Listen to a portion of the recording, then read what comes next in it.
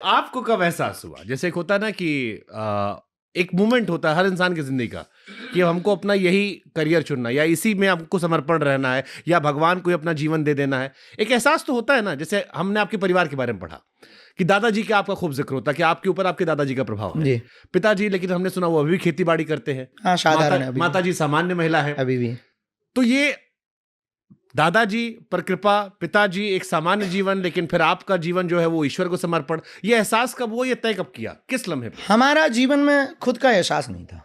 ये तो गुरु कृपा थी। बचपन से ही यहाँ जो बागेश्वर धाम है, गांव यही है, लगभग 300-400 मीटर दूरी पर घर है। ये छोटा जंगल है। जंगल में यहाँ आउट ऑफ है, गांव का अंधेरा रहा करता था, कोई आउट ही ना, तो सब ऐसे ही अकेले में चलत। तो सब झोपड़ी बनी थी, झोपड़ी में ग्रैंडफादर दादाजी वहाँ रहते थे। धूनी रमी रहती थी। पहले वो गृहस्थ थे, फिर उन्होंने निर्मोही अखाड़ा से साधु बने थे। तो हमारी माँ ने एक दिन कहा कि दादाजी आपके बहुत जानते हैं, हालत ठीक नहीं थी परिवार की स्थिति, पिताजी कुछ ज़्यादा ठीक कर नहीं पाते थे। खेती के नाम पर 1.25 एकड़ ज़मीन थी, तो 1-1.5 एकड़, लगभग 1.5 एकड़ ज़मीन थी, तो उसको उतना कुछ खास होता नहीं था। फिर पिताजी कर भी नहीं पाते थे। तो गांव में चूँकि जो धर्म कर्म है कर्तव्य के रूप में, तो कर्मकांड तो करते ही थे, बचपना तो था ही, बच्चे तो थे ही। पर माता जी ने कहा कि अब व्यवस्था तो चलानी है, तो माता जी ने सिखाया कि अपन ब्राह्मण हैं तो घर घर जा कर के भिक्षा याचन कर सकते हैं। भिक्षा याचना की, तो लगभग 13 साल तक की आयु तक ये जीवन में हमारे चला। लेकिन उसी बीच में एक दिन फिर वो एक घटना होती है।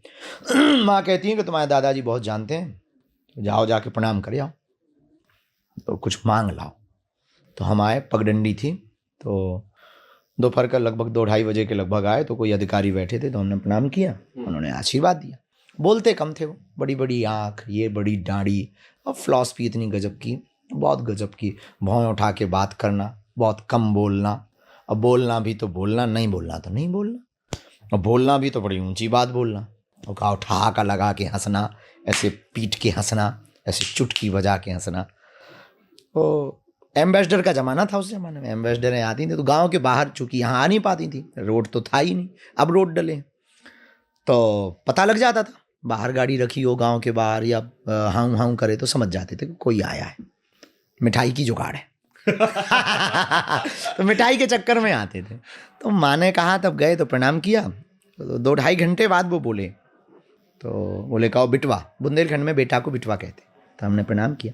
हमने कहा कि संन्यास लेने के पूर्व में हम आप ही के खून हैं, आपके बेटा के बेटा हैं, हालत ठीक नहीं है और भोजन की स्थिति भी नहीं है। 2-3 दिन से चावलों की रोटी बन रही है, भोजन की स्थिति नहीं है, और लाइट तो जलती ही नहीं, तो पढ़ना हो भी नहीं पाता है। गांव के छोटे से कोने में, आप शायद अभी गए नहीं, पुराने मकान पे, जन्मभूमि में जहाँ माता जी का, तो बहुत पीछे है, अंधेरा रहता है, कुछ कृपा कर दो, भोजन की ही व्यवस्था हो जाए। तो वो कुछ बोले नहीं। फिर थोड़ी देर बाद कहते हैं कि बिटवा रात को आना, जाओ। तो कोई सवाल जवाब होता नहीं था, तो चले गए। हमने बाबूजी को, पिताजी को बताया, माँ को बताया। हम लोगों को लगा गांव के लोग कुछ देंगे या गड़ा हुआ धन बताएंगे। जानते हैं वो चूंकि, तो गड़ा हुआ धन बताएंगे तो अपना भला हो जाएगा। तो रात शाम को ही तसला फावड़े रख लिए पड़ोसियों से। तो बस, और फिर उसके बाद में एक इतनी टॉर्च चलती थी स्टील की। हाँ याद हमको। हाँ, बड़े बड़े सेल लगते, हाँ बड़े बड़े सेल लगते इतनी, तो वो उसमें अगर वो कार्बन लग जाए तो ठोक दो, जलने लगती थी। वो टॉर्च थी एक पुरानी। तो बाबूजी ने हमने बाबूजी की उंगली पकड़ी, हमने कहा कि 9 बजे लगभग बुलाया है कि रात को आना, चलो छोड़ दो हमें। तो पिताजी छोड़ने आए, पगडंडी में ऐसे टॉर्च जलाते हुए, टिम टिम टिम टिम बूंदें बरस रही थी। बरसात का मौसम था, बरसात उतरती हुई बरसात का मौसम था। ये तालाब भरा हुआ था, आपने देखा होगा, एक बगल में तालाब है, वो तालाब भरा हुआ था, इसी के ऊपर से पगडंडी थी। मैं वहाँ पे चढ़ के आए, झोपड़ी में पहुँचे तो दीपक जल रहा था, और वो तो महापुरुष थे, एक अचला पहने, एक वो पहने, वो लेटे थे। पिताजी का नाम लेके बोले, कृपाल जाओ घर। पिताजी का नाम श्री राम कृपाल है, तो आधा नाम लेते थे, जाओ घर, बिटवा को छोड़ दो। पिताजी लोग सब जानते थे, तो बोले ही नहीं कुछ, प्रणाम किया, पिताजी चले गए। हम रुक गए। 12:15 बजे के लगभग उन्होंने कहा, धीरू जाओ स्नान कर लो। तो यहाँ नीचे हेड पंप है, वहाँ हमने स्नान किया।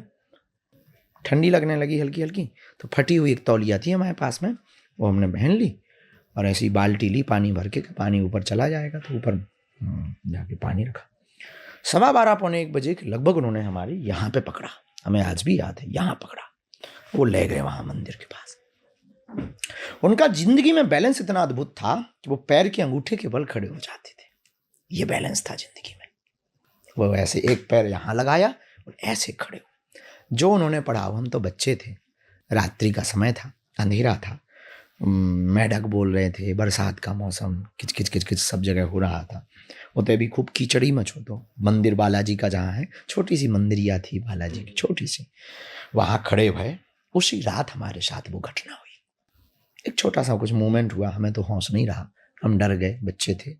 तो ऐसे उन्होंने थपकी मारी, बोले कह दे तुम हमारे और हम तुम्हारे। तो हमने भी आवेश में कह दिया कि तुम हमारे और हम तुम्हारे। बस पर सामान्य रहा, कुछ खास नहीं रहा हमारी जिंदगी में। इतनी हुई, सुबह हो गई, 8:30-9 बजे घर वापस गए। माँ ने पूछा, उनका कुछ नहीं हुआ, लाइट आइट जली थी बस, वही बता दिया। फिर धीरे धीरे आभास होने लगा, तो वो हमने दादाजी को बताया कि हम बड़े परेशान हैं, ऐसा ऐसा आभास होता है कि अब ये मास्टर आएगा, अब ये मैथ की पुस्तक मंगाएगा, अमुक आदमी से मंगाएगा। अब वैसे मंगाता था, तो यार ये तो अपन को पता था। तो फिर वो मुस्कुराए, लेकिन फिर वो ज़्यादा दिन शरीर नहीं रहा गुरु जी का। लगभग 1.5-2 साल ही हम सेवा कर पाए, कुछ चीज़ें बजाएं। 2010 में उनका फिर शरीर शांत हो गया और हमारी ज़िंदगी में उसके बाद फिर मोड़ हो गया। उन्होंने कहा कि तुम यहाँ रहना और अपने वंश में एक ना एक यहाँ सेवा करते। ये हमारी वंशानुगत यहाँ सेवा करते हैं, दादाजी भी करते रहे, उनके भी दादाजी करते रहे, और एक पीढ़ी छोड़ के ही करते रहे। ये भी रहा, तो एक पीढ़ी छोड़ के ही करते रहे, इसीलिए भी आने की इसीलिए। हाँ, तो पिताजी नहीं कर पाए, चाचा ताऊ में कोई बैठ नहीं पाया, 1-2 लोग आए हैं तो वो टिक नहीं पाए। यहाँ टिकना भी बहुत कठिन था, ऐसी एनर्जी है तो वो टिकना, अब जो भी हो भगवान जाने। फिर हम अपनी ज़िंदगी में, तो आप दादाजी के ज़्यादा करीब रहे हमारी ज़िंदगी में सबसे ज़्यादा आखिरी के लम्हों में ज़्यादा आखिरी के लम्हे वो हमें आज भी अटैच करते। जब मणिकर्णिका घाट पे उन्होंने शरीर छोड़ा, अच्छा वो इतने ऊंचे थे कि हम काशी जाएंगे, ले जाना तुम। तो सब लोग, चाचा ताऊ लोगों ने कार की, मार्शल जीप चलती थी उस ज़माने में, 2010 की ज़माने। अब उतना तो इतना समृद्ध नहीं था हमारा क्षेत्र, तो मार्शल कार की शायद 12,000-15,000 रुपया में बुक की, ले गए। 12 दिन तक वेट किया पितृपक्ष का दादाजी ने, और पितृपक्ष की परिवार को मणिकर्णिका घाट पर शरीर छोड़ा। तो वहाँ वो काशी का घूमना, वो उनके तलवे को मलना, वो प्रणाम करके वापस आना, वो यहाँ सेवा करना।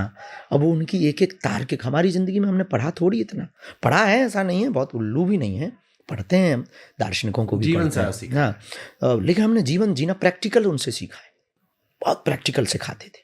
कुछ काम ही नहीं रहता था, वो प्रैक्टिकल ही करवाते थे। और ज़िंदगी उन्होंने हमको ना आस्तिक बनाया ना नास्तिक बनाया, हमको वास्तविक बनाया। प्रैक्टिकल लाइफ उनका ज़्यादा फोकस रहता। तो बोले तुम जो हो, आदमी वो परेशान है जो है नहीं, वो दिखने का नौटंकी करे।